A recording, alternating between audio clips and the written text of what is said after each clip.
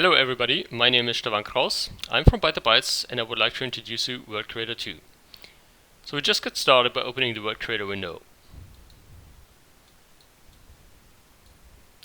So this window is your control center. From here you can create new terrains, load existing terrains, or slice terrains, or even import and export terrains, and a few things more. So let's just create a new terrain. You can see here. So this is a completely procedurally generated terrain. You can see there are some important settings, like if you want to use the GPU generation, you can check this box. You can change the height map resolution, some other stuff that you see here. It's absolutely equal with the terrain settings of Unity, like the pixel error, the cast shadows, the base map distance, and so on. Then you also can change the materials here. Built-in standard is the default material set when you start with a new terrain. There's another one with like a gradient material. You can select, for example, a gradient texture. And you see that the height values are colorized by the gradient texture, depending on which location you are. I will leave it back to standard now. The next thing that might be interesting is the Unity terrain that you can use as an input terrain or even a texture. So what the input terrain type can be used for, I'm just going to show it very quickly because I wanted to show this in more depth in another video. So let's say you want to have, you want to create a terrain that is based on an existing terrain. So actually you only want to enhance an existing terrain. So you have two options to do that. The first one is you use a Unity terrain, or you use a texture as an input terrain. So we first select the texture here, and let's say you have a height map like this one here from the Grand Canyon, and now drag and drop it into the input terrain field here and just hit the generate button. So what you see here is now, this is the imported height map actually. World Creator uses it as the base map and creates additional procedural fractals on it. I will move a little bit the sun so you can see it maybe a little bit better here, and I also will reduce a little bit the pixel error. So now actually what is happening here? So World Creator imports this height map and uses its basic filter that you can see here below to enhance it with additional fractals.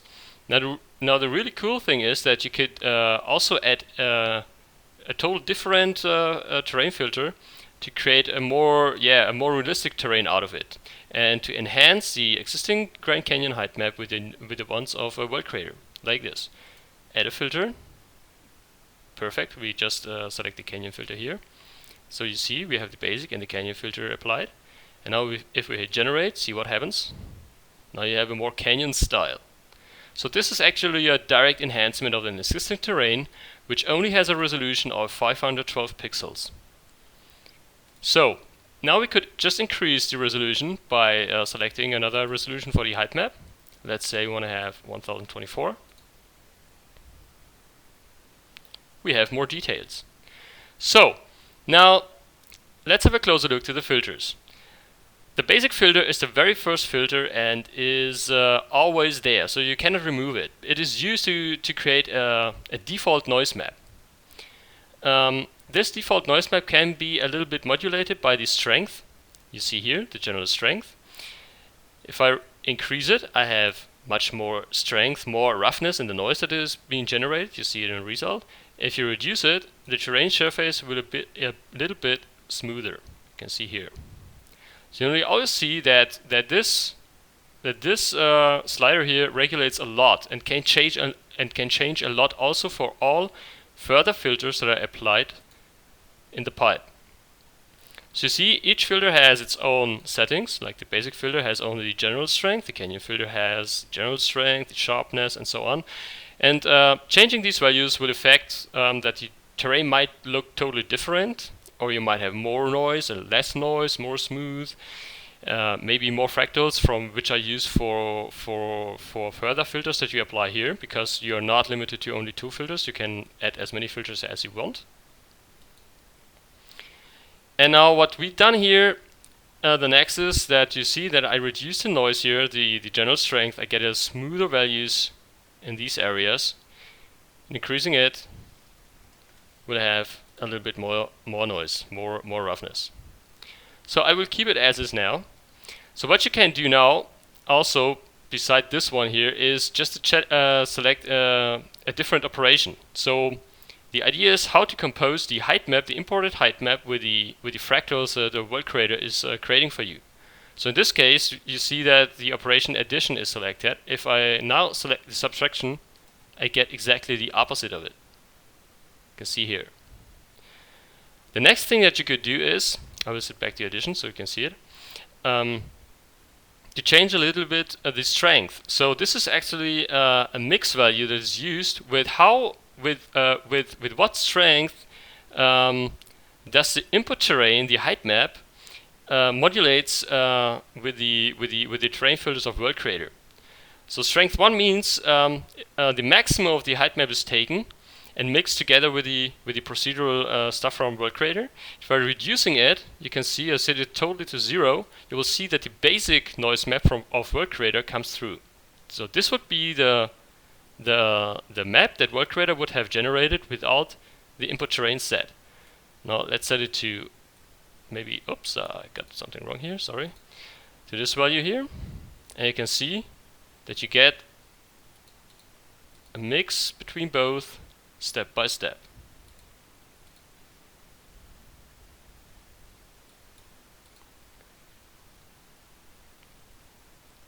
So the next one that might be also interesting are the level strength. Each filter value has its level strength. The level strength actually are used to define the strength per resolution. The entire generation process is like starting at a resolution of 2 pixels, generating a random noise map, going up to 4 pixels and then to 8 pixels, 16, and so on. And the strength can now be used to modulate the noise strength, the noise strength at a specific resolution. Let's say you want to have a larger area, then you could reduce this one here, hit the generate button. Now you would have a much larger area that is applied here, and by reducing also the height value, like maybe to this value here, you can adapt the height to the larger area. Now I'm going to remove this one here, so you can see it a little bit better. Now you have something like this. Let's reset the values. Also the same for the height. Okay. So now you not only can use a texture as an input terrain, you also could use a Unity terrain. This is quite easy. Just select Unity terrain as an input terrain type. Go and create a Unity terrain object right here. I will scale it up to the original size now that we have here. 1000 by 1000. I will keep the 600, that's okay. Just a little bit the position. And now I'm going to paint on it.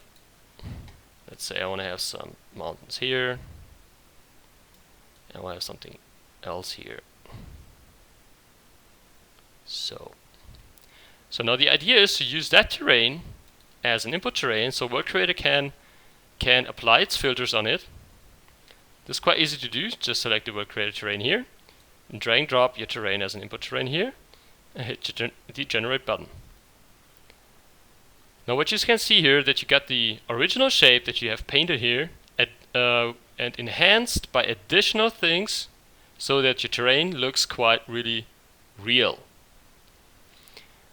Also, please remark that now we have the canyon filter applied. If I remove this one here, I get a total different looking terrain, like this here. Or just add another filter, like maybe the ridge filter here, and see what happens. You get a ridged version of this terrain here. So, actually, what does this mean? This means that you, as a game developer, could create a terrain and just shape it like this, like that, just simply sculpting it a little bit. They're saying that you want some mountains here, maybe some hills down here, and the higher mountains here. So you only create a general shape, not a really detailed shape. And you use that one as an input terrain for World Creator, and World Creator creates out a real stunning and sophisticated looking terrain from your shape. Every time you change another shape, and you regenerate the terrain on World Creator, it's getting be recognized and updated. You can see here. Okay, now I will leave the input terrain alone again. I'll just delete it. We don't need it anymore. And going back to a few things in World Creator. I will hit the regenerate button now, just to get back to the original state. Removing also the rich filter here. So this is our original terrain that we have created. Now, if you don't like this kind of shape, you could use just another random seed. Just check this box here and hit generate as often as you want until you get something that looks quite interesting to you. Maybe this one, I could keep this. So, the next thing that might be interesting are the masks. So, this is quite new in World Creator because the idea is that using these masks, so these masks are not comparable to the standard texture mask or road mask or something like that. These masks are used to create multiple terrain types on a single terrain map. So I'm going to show you this. I will add another mask now and select the mask texture here.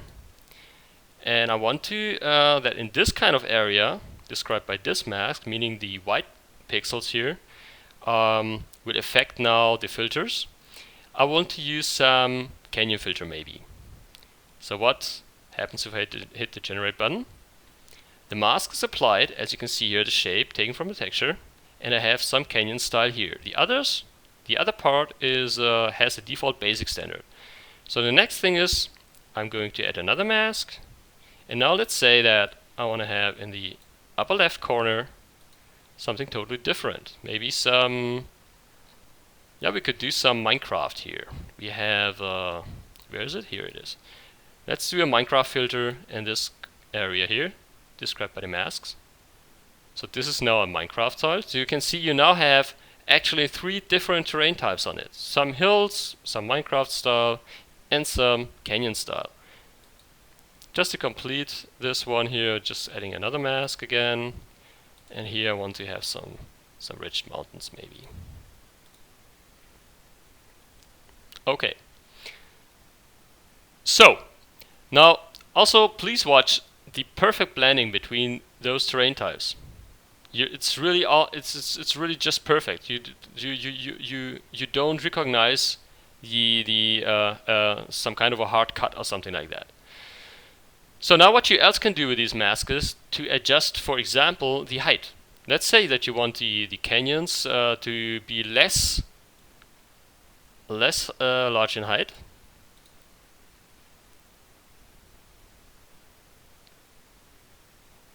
You can see you now have reduced the canyon height. And this could be also done for all others. So actually you can compose a real world on a single terrain map using this masking tool here of World Creator. Okay, now I will clear all back again to the basic one. Now I'm going to quickly show you the texturing techniques here in World Creator. It's also very easy. Switch over to the texturing tab here, and now you can see that add pair drag and drop. So you simply have to drag and drop a texture here. I will do some hills, so I'm going to use this kind of texture here. Could drop in the normals, of course, too. And now let's say I want to have some rocky stuff in the larger slope areas here. So I'm going to use a rocky texture, drag and drop. Also the normal map. And now let's say that this rocky texture should be only available for the larger slope areas, like maybe like this. We'll increase the weight multiplicator to make it a little bit more visible. And there we go. So this could be also accomplished by using masks, because the texturing could be, let's say you want to have a texture mask, something like that we have created before with the multiple terrain tile. You want to have canyon specific textures only in the mask where the canyon terrain type was defined. So you could drop in the mask here and adjust a little bit of some values, and you will see that this texture is only mapped where the mask describes it with the white pixels. So I'm not going too deep into this section because almost each section will have its own video tutorial. So this is just a quick tutorial now. I will go on to the objects now, where you can place some interesting things like trees, details, detail meshes, and meshes. So let's say I want to populate our terrain with some nice trees. I'm going to use SpeedTree for this. Some SpeedTree, I have a large collection. Let's select the white oak. This one looks pretty nice. So just drag and drop your tree here. Actually, you can drop in all kind of tree. It should be a Unity tree or a SpeedTree, something that the terrain of Unity basically supports fully. So I've dropped in a SpeedTree here. You can see there are many settings that I can apply here. So I think the most thing here is self-explainable. So you can change the color, you can change the tree also, of course. You're going to have some other tree, you just drag and drop it here. You can see it will be updated, or just use the previous tree. You can change the scale for height and width. You can also set the random rotation range in which a tree should be rotated. The next thing is the distribution setting. So here you can tell where this tree should be placed on this terrain. It can be height dependent, it can be slope dependent. You also can set the occurrence and the density of the tree that is being placed here. So let's say I want to have this tree only placed on lower slope values like this one here, and maybe also on lower height values. Now what I get here, I will fly a little bit more closer here. Should see some trees. Maybe the height value is a bit too down here. Increase it. Okay, we have we have to also increase the occurrence, of course. Else you won't see any trees here. So now you got some trees placed on the terrain. I'll fly in. Here we are. So now you could do this, of course, for more trees. You could adjust the slope for each tree, so you get a really nice populated terrain here. Later on this, more on this in another video. The next thing about the trees is that you could add submeshes for trees. Sometimes if you go through a forest, you can see that that the trees have some mushrooms beside their lower value of the tree here. So this is quite easy to do. Let's select the mushroom here. Ground cover, I got some mushrooms. Let's select that one and just drag and drop in here. You have this mushroom applied to this tree. And now you could also set up the distribution settings for this mushroom, like the range and which range, depending from the center of the tree. Should the mushroom be set? What is the chance that the mushroom is set? There's a 50-50 chance here. How many mushrooms should be set, and so on. I just generate so you can see what will happen. So this tree does not have any mushrooms. Let's see if that one has. Yes, this one has some. Okay, I could of course do this with all other meshes, like I don't know, like stones, or maybe some butterflies, also for some particle effects, of course. You can place, let's say, a falling leaves particle to this tree by just setting, drag and drop the particle in here, set the height offset, meaning the height offset in the along the up vector of this tree, and set the count to 1 and the chance maybe a little bit larger. So then you will have falling particles for that tree here, all over the map. Now, this could be done also for details like grass. You have almost the same settings. You could apply detail meshes, and also, of course, any kind of mesh that you have in mind, or just have inside your asset folder. Okay, now I'm going to load an existing terrain there, so that you can see what can be done actually if you spend a little more time now. I will remove this terrain now and load an existing one I have here. like this presets here, like this forest here. Just a few seconds to wait until this terrain is being generated. Here we go. So now this is a finished terrain. Almost everything is placed as is. I have found in my assets folder. Fly in a little bit. Just a second. I will adjust a little bit the timeline so you can see it. So it's really rich in vegetation. You can see that it's not much grass here, so we can quickly increase this by selecting a higher detail map resolution. And we'll also increase the control map resolution. And we'll also increase the resolution size of our terrain, maybe to 2048. Now let's just go and generate this terrain. This takes a few seconds now. By the way, this is in real time, so I'm not speeding up this video at all. What you see is exactly what will happen to you if you generate a terrain like this. I have quite large values here, like the control map resolution is set to 1024, so it has to do a lot. Also the height map resolution is set. Now the trees are being placed. The detail layer is now being generated.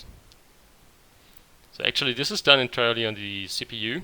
You can switch over to the GPU, then at least the terrain generation is done very fast. You can create 8K maps within just milliseconds. Now I have created this terrain here. I have set the pixel error to 4 because I don't want my computer to explode. And now let's see where my camera is. Okay, my computer is just going to explode now. I will start it. I hope it won't take too long. Sometimes it requires a huge amount of time until I can enter play mode. So this is now the result of this created terrain. There's also some sound in background. I don't know if you can hear that. Let's walk around a little bit. Let's adjust a little bit the sun, making it more beautiful. And now let's run like Superman. So you can see here, rich vegetation. This is completely done in World Creator. No manual placement, pure procedural landscape generation. I will show you the assets in a few seconds. Just want to show you some nice stuff here.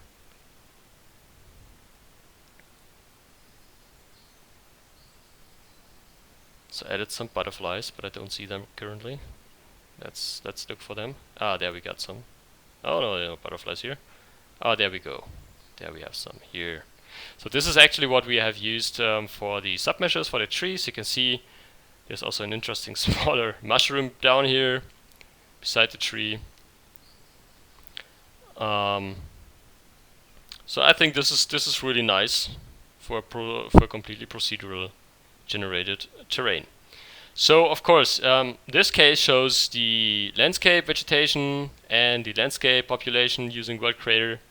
It's very powerful. You can do a lot more if you're using masks, but as I said, more on this in another tutorial video. So this is just a quick introduction.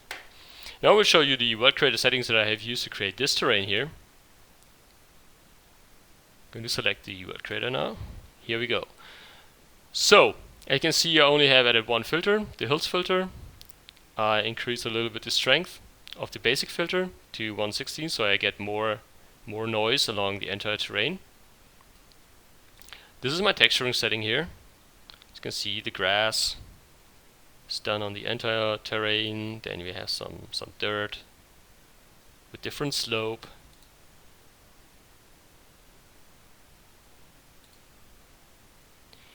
And here are my objects that I have set. This is all speed tree. It's quite a lot of values. The icon that you see here, it's not visible because this is a particle, and there's no preview for a particle. This will be replaced by a constant picture. And each tree set with just a few settings that are different from each other. So actually, You can set this up within maybe 4 minutes. And some grasses here, also with some different settings. I have no detail meshes used here, but some meshes. I use some stones, some fallen tree, and here again some particles for the butterflies that are just placed along the terrain surface. Also, this is quite important that I didn't mention. You could place, let's say you want to place the stone only where dirt should be, then you quickly can select the dirt texture, and the copy and the distribution settings of the dirt texture will be taken also for the stone. You can see we can compare terrain slope, and you got the terrain height, and I'll watch this one here. You get the terrain slope and the terrain height set correctly. Okay, so actually, if you believe it or not, this terrain was composed in entirely about 11 minutes and generated, you could see before, in about maybe 35 or 40 seconds. If I reduce the entire height map resolution and the control map resolution a little bit, I can reduce the entire generation process down to 10 seconds. And if I hit the use GPU checkbox here, then I could reduce it down to 5 seconds only. So this is really fast and you can do a lot. Okay, so this was just a quick and short introduction. A lot more will follow later. So please check bio on our channel, World Creator on YouTube. And stay tuned because a lot more will follow later. Okay, thanks for watching and bye bye.